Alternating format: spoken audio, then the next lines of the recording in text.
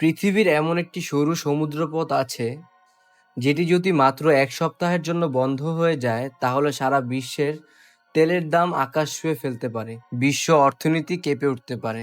বিমান ভাড়া থেকে শুরু করে বাজারের নিত্য প্রয়োজনীয় পণ্যের দাম সবকিছু বদলে যেতে পারে। এই জায়গাটির নাম হরমুজ প্রণালী। প্রতিদিন এখান দিয়ে বিশ্বের মোট সমুদ্রপথে পরিবাহিত তেলের প্রায় 20% যাতায়াত করে। কিন্তু টেলিভিশনের সংবাদে আপনি সাধারণত দেখেন ইরান যুদ্ধের হুমকি দিয়েছে, আমেরিকা যুদ্ধজাহাজ মোতায়েন হয়েছে, তেলের দাম বেড়েছে। কিন্তু খুব কম মানুষই জানে এই পানির নিচে কি আছে। এখানে কেন এত যুদ্ধজাহাজ টহল দেয়, কেন বিশ্বের সবচেয়ে শক্তিশালী দেশগুলো এই ছোট্ট জলপথ নিয়ে এত উদ্বিগ্ন। আর যদি সত্যিই একদিন এই প্রণালী বন্ধ হয়ে যায় তাহলে কি হবে পৃথিবীতে। আজকের ডকুমেন্টারি ভিডিওতে আমরা জানব হরমুজ প্রণালীর অজানা ইতিহাস, গোপন সামাজিক ব্যবস্থা এবং এমন কিছু তথ্য যা সাধারণ সংবাদ মাধ্যমে খুব একটা দেখা যায় না। হরমুজ প্রণালী আসলে কোথায়? মধ্যপ্রাচ্যের মানচিত্রে যদি আপনি ইরানের দক্ষিণ দিকে তাকান দেখবেন একটি সরু সমুদ্রপথ। এক পাশে ইরান, অন্য পাশে ওমান ও সংযুক্ত আরব আমিরাত।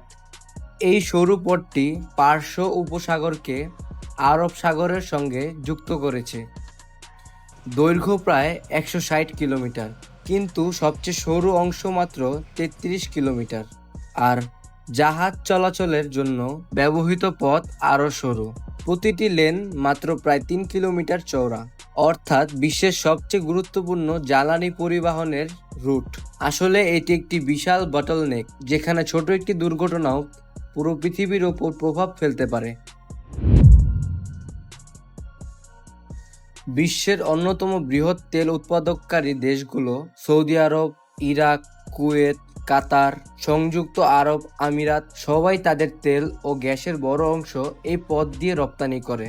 প্রতিদিন প্রায় 17 থেকে 20 মিলিয়ন ব্যারেল তেল এই পথে অতিক্রম করে। এছাড়াও বিশ্বের অন্যতম বৃহৎ এলএনজি রপ্তানিকারক কাতারের প্রাকৃতিক গ্যাসও এই পথ দিয়েই যায়। অর্থাৎ শুধু মধ্যপ্রাচ্যই নয়, ইউরোপ, চীন, জাপান, দক্ষিণ কোরিয়া, ভারত সবাই কোনো না কোনো ভাবে এই প্রণালীর ওপর নির্ভরশীল। ইতিহাসের যুদ্ধ। হরমুজ প্রণালীকে কেন্দ্র করে উত্তেজনা নতুন নয়। 1980 সালে শুরু হয় ইরান ইরাক যুদ্ধ। যুদ্ধের শেষ দিকে শুরু হয় ট্যাঙ্ক ওয়ার। দুই দেশ একে অপরের তেলবাহী জাহাজের উপর হামলা শুরু করে। অনেক বাণিজ্যিক জাহাজ ক্ষতিগ্রস্ত হয়, বিশ্ব আতঙ্কিত হয়ে পড়ে। এরপর যুক্তরাষ্ট্র তাদের যুদ্ধজাহাজ পাঠায়। সেখান থেকে শুরু হয় দীর্ঘ সাময়িক উপস্থিতি।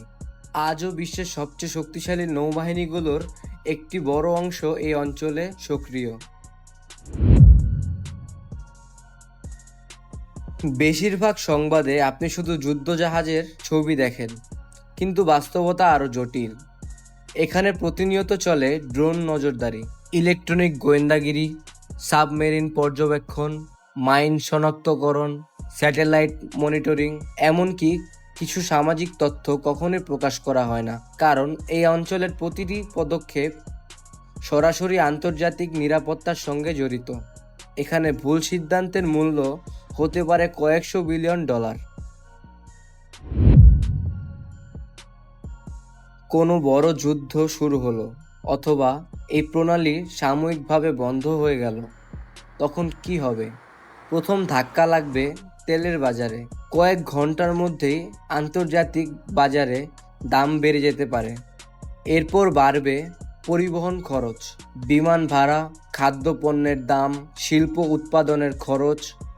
বিশ্বজুড়ে শুরু হতে পারে নতুন অর্থনৈতিক সংকট। অনেক দেশ বিকল্প রুট ব্যবহার করার চেষ্টা করবে, কিন্তু সেই রুটগুলো কখনোই হরমুজের সমান সক্ষম নয়। বর্তমানে বিভিন্ন দেশ বিকল্প পাইপলাইন নির্মাণ করছে। কেউ নতুন বন্দর তৈরি করছে, কেউ তেলের মজুদ বাড়াচ্ছে, কেউ নবায়নযোগ্য জ্বালানিতে বিনিয়োগ করছে। কারণ সবাই জানে হরমুজ প্রণালী শুধু একটি সমুদ্রপথ নয়, এটি বিশ্বের জ্বালানি নিরাপত্তার হৃদস্পন্দন। যতদিন পৃথিবী তেলের উপর নির্ভরশীল থাকবে, ততদিন এই ছোট্ট জলপথকে ঘিরে চলবে কূটনীতি, সামরিক প্রস্তুতি এবং ক্ষমতার লড়াই।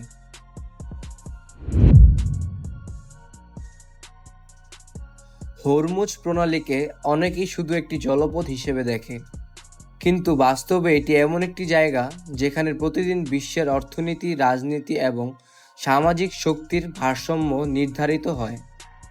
হয়তো মানচিত্রে এটি খুবই ছোট, কিন্তু এর গুরুত্ব পুরো পৃথিবীর জন্য বিশাল।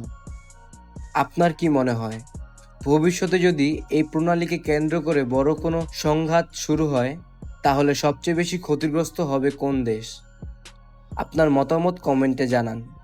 ভিডিওটি ভালো লাগলে লাইক দিন, শেয়ার করুন এবং এমন আরও ডকুমেন্টারি ভিডিওর জন্য চ্যানেলটিকে সাবস্ক্রাইব করুন। আবার দেখা হবে নতুন কোনো অজানা ইতিহাসের ভিডিও নিয়ে।